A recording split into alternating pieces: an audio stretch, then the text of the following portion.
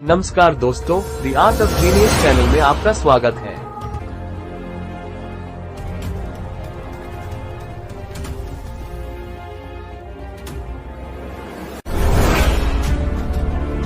Welcome to the Art of Genius YouTube channel.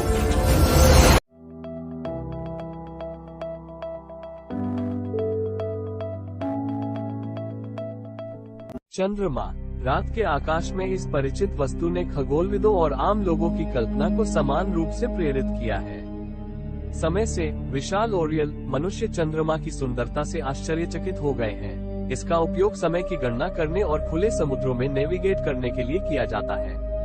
आधुनिक समय में पृथ्वी के एकमात्र प्राकृतिक उपग्रह चंद्रमा ने इस विश्वास के कारण अतिरिक्त महत्व प्राप्त कर लिया है कि चंद्रमा सामान्य रूप से सौर मंडल और विशेष रूप से पृथ्वी के विकास की हमारी समझ की कुंजी है।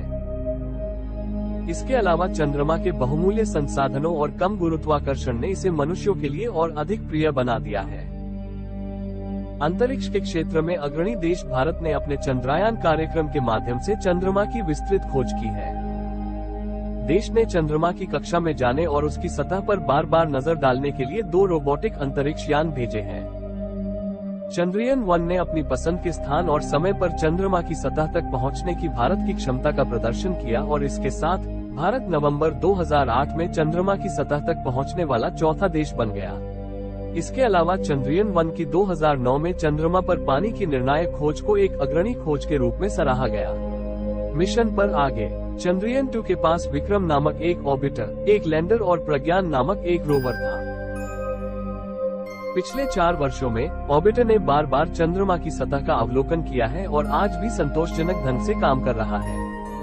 अब 3900 किलोग्राम का चंद्रयान-3 अंतरिक्ष यान चंद्रमा पर भेजा जा रहा है, जिसका उद्देश्य चंद्रमा की सतह पर धीरे धीरे उतरने और रोवर की मदद से इसका पता लगाने का एक और केंद्रित प्रयास करना है। भारत के सबसे सक्षम रॉकेट LVM-3 द्वारा लॉन्च किए गए अंतरिक्ष यान के बाद चंद्रयान-3 लैंडर एक रोवर के साथ प्रणोदन द्वारा चंद्रमा के चारों ओर एक कक्षा में ले जाया जाएगा। थोड़ी देर बाद लैंडर उस मॉड्यूल से अलग हो जाएगा और चंद्रमा के दक्षिणी ध्रुवीय क्षेत्र में एक नर्म लैंडिंग करने का प्रयास करेगा। यह क्षेत्र गहन रुचि का है क्योंकि इसमें कई स्थायी रूप से छाया वाले क्रेटर हैं जिनमें पानी, बर्फ और कीमती खनिज हो सकते हैं। चंद्रयान-3 लैंडर में 4 वैज्ञानिक उपकरण या पेलोड हैं, जिनमें से एक चंद्रमा के भूकंपों का अध्ययन करेगा, जबकि दूसरा यह अध्ययन करेगा कि चंद्रमा की सतह कैसे गर्मी को इसके माध्यम से प्रवाहित करने की अनुमति देती है। तीसरा चंद्रमा की सतह के पास प्लाज्मा का अध्ययन करेगा और चौथा उपकरण वैज्ञानिकों को पृथ्वी और चंद्रमा के बीच की दूरी को बहुत सटीक रूप से मापने में सक्षम करेगा। रोवर पर मौजूद 2 उपकरण क्रमशः एक्स किरणों और लेजर का उपयोग करके चंद्रमा की सतह की जबकि लैंडर और रोवर एक दूसरे के सीधे संपर्क में होंगे। चंद्रमा की परिक्रमा करने वाला प्रणोदन मॉड्यूल पृथ्वी से आने वाले प्रकाश का निरीक्षण करेगा, एकमात्र ग्रह जिसे हम जानते हैं कि यह निश्चित रूप से जीवन से भरा है।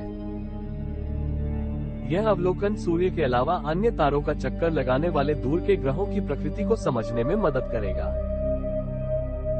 चंद्रयान-3 महत्वपूर्ण परीक्षणों से गुजर रहा है और लॉन्च के लिए तैयार है।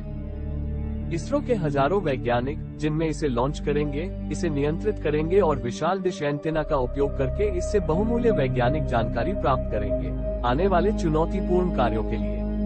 अतीत में उनके समर्पण और कौशल ने भारत को दुनिया भर से प्रशंसा अर्जित करने में सक्षम बनाया है और इसे गौरवान्वित किया है।